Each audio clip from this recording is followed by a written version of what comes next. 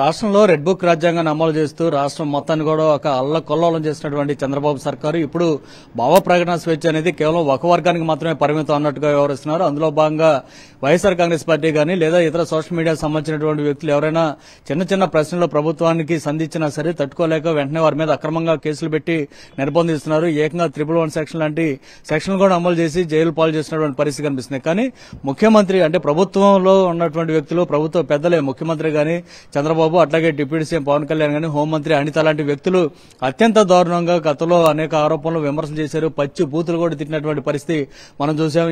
YSR Congress party అధినేత జగన్ తో పాటు అనేక మంది మాజీ మంత్రులు అందరి మీద కూడా వీరంతా కూడా నోరు పారేసుకున్నటువంటి పరిస్థితి ఉంది.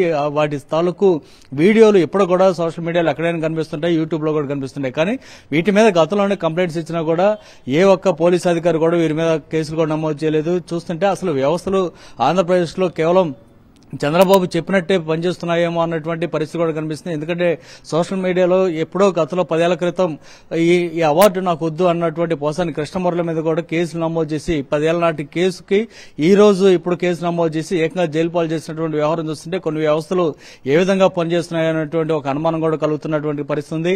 ఏకంగా ఈ కేసులో అయితే 24వ తారీఖు కంప్లైంట్ ఇస్తే వెంటనే వెళ్లి పోసాని కృష్ణమురళిని హైదరాబాద్ నుంచి అరెస్ట్ చేసి తీసుకురావడంతో పాటు ఓబులవారిపల్లిలో అక్కడ అన్నమయ్య జిల్లాకు సంబంధించినటువంటి ఎస్పీ విద్యాసాగర్ నాయుడు కూడా దగ్గరుండి మరీ విచారణ పేరుతో అక్కడ వేధించినటువంటి తీరు చూస్తుంటే కేవలం ఉద్దేశపూర్వకంగా రెడ్ బుక్ లో రాసుకున్నటువంటి కొంతమంది వ్యక్తుల పేర్లు ఎవరైతే ఉన్నాయో వారందరినీ కూడా టార్గెట్ చేసి అరెస్టులు చేసినటువంటి వ్యవహారం అయితే కనిపిస్తుంది. వైఎస్ఆర్ కాంగ్రెస్ పార్టీ 111 సెక్షన్ మీద పూర్తి స్థాయిలో పోరాటం చేస్తుంది. అటు హైకోర్టుతో పాటు సుప్రీంకోర్టు కూడా ఆల్రెడీ వెళ్లింది. కొన్ని పిల్స్ కూడా ఇప్పటికే వేసిన పరిస్థితి. ఆ తరహా పోరాటం ఆల్రెడీ జరుగుతుంది. ఇప్పుడు పోసాని కృష్ణమురళి కేసులో కూడా 111 సెక్షన్ అమలు కాదని చెప్తూనే మరోవైపు ఐటీ సెక్షన్ 67 కూడా అమలు కాదని చెప్పింది అక్కడ కింద ఉన్నటువంటి మేజిస్ట్రేట్ కూడా. అయినప్పుడు కూడా మిగతా సెక్షన్ల కింద ఆయన్ని జైలు పాలు చేసినటువంటి పరిస్థితి మీద కూడా వైఎస్ఆర్ కాంగ్రెస్ పార్టీ ఆగ్రహం వ్యక్తం చేసింది.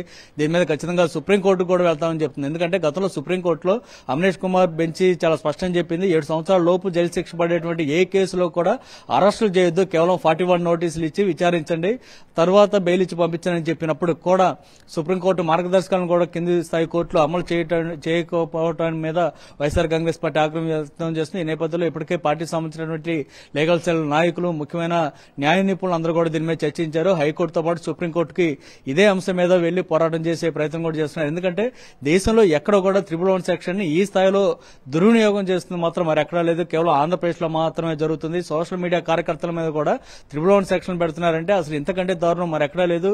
ఈ స్థాయిలో దాన్ని దుర్వినియోగం చేయడం మాత్రం ఆంధ్రప్రదేశ్ లో జరుగుతుంది. కాబట్టి దీనికి ఎక్కడో చోట చెక్ పెట్టాలనేది వైఎస్ఆర్ కాంగ్రెస్ పార్టీ ఉద్దేశంగా అనిపిస్తుంది.